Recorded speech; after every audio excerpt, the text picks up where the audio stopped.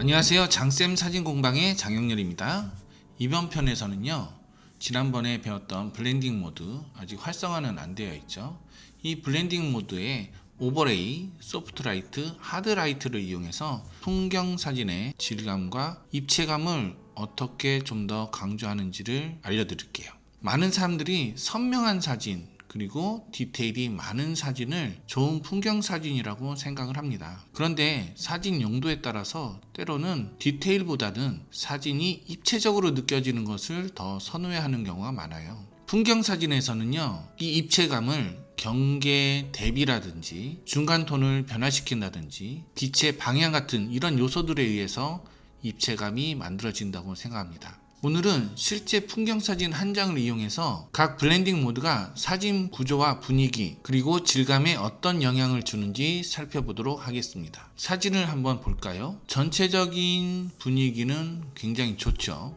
석양빛이 예쁘게 잘 들어오고 있어요. 등대와 해안 절벽 그리고 구름층 잘 어우러져 있죠. 조금 더 자세히 보면 바위 질감, 구름의 경계선들, 파도의 디테일들이 약간 연조의 느낌으로 되게 부드럽게 보이죠. 빛 자체는 좋은데 경계 대비가 좀 약해서 되게 평면적으로 좀 느껴지는 상태입니다. 그래서 오버레이, 소프트라이트, 하드라이트를 이 세 가지 블렌딩 모드를 이용해서 사진의 구조, 분위기, 질감 이런 것들을 각각 조절해 보도록 하겠습니다. 일단 제일 먼저 오버레이를 적용해 볼게요. 그러기 위해서는 레이어를 하나 복제를 해야 됩니다. 컨트롤 J로 레이어를 하나 복제를 했습니다. 그러면 레이어 블렌딩 모드가 활성화가 되죠. 표준을 오버레이로 변경하도록 하겠습니다.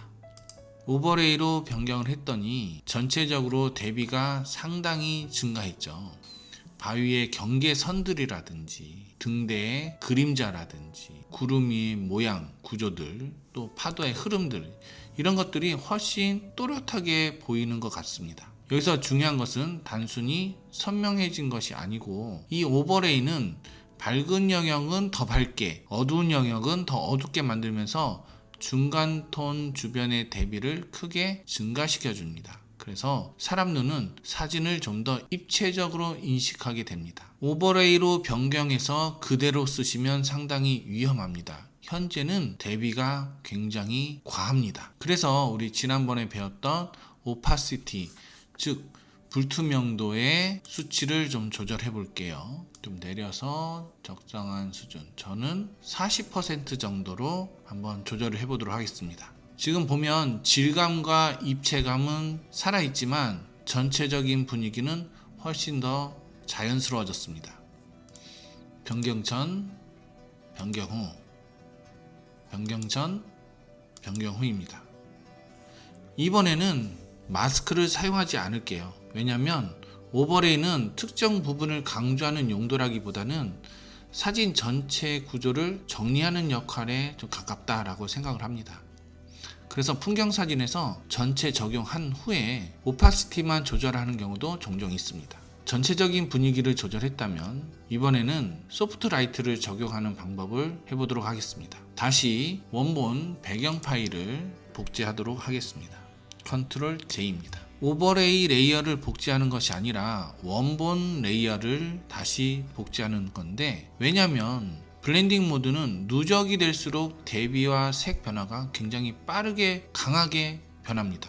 그래서 실제 우리 작업을 할 때는요, 각 블렌딩 모드를 원본 기준으로 독립적으로 사용하는 경우가 종종 있어요. 이 레이어를 맨 위로 마우스로 드래그해서 이동하도록 하겠습니다. 그리고 블렌딩 모드 표준을 소프트라이트로 바꿔볼게요. 아까처럼 오버레이보다는 훨씬 더 부드럽죠. 소프트라이트인데 오버레이로 가면 굉장히 강해집니다. 그래서 소프트라이트로 변경하겠습니다. 소프트라이트는 대비를 증가시키지만 광량 변화가 훨씬 완만하다 이렇게 생각하시면 돼요. 그래서 하늘의 분위기가 굉장히 좋죠. 하늘의 입체감을 만들기에 매우 좋은 모드라고 생각합니다. 역시 불투명도를 조절하도록 하겠습니다. 하늘의 분위기를 좀 보면서요, 과하지 않을 정도로 한 50% 정도 해볼까요? 자, 이제 여기서는 레이어 마스크를 활용할 예정입니다. 하늘에, 바다에, 구름층에, 태양 주변에 효과만 남기기 위해서입니다. Alt를 누른 상태에서 마스크를 누르시면 됩니다. 그러면 소프트 라이트의 효과가 모두 다 가려지고요. 전경색은 흰색으로, 저는 불투명도를 100%로 해서 하늘 쪽에만 영향을 주도록 하겠습니다. 하늘과 바다 이렇게 칠을 합니다. 대괄호 열고 닫기로 브러쉬 크기를 조절하시고요. 쓱쓱쓱 잘 칠했습니다. 저절로 바위와 등대, 그리고 절벽들, 앞에 나무들, 식물들은 효과를 제거했습니다. 이 소프트 라이트는요, 하늘의 빛과 색을 좀 더 입체감 있게, 질감 있게 작업을 하는 개념입니다. 그래서 구름의 광량이라든지 좀 더 자연스러워졌죠. 이것이 소프트 라이트의 특징입니다.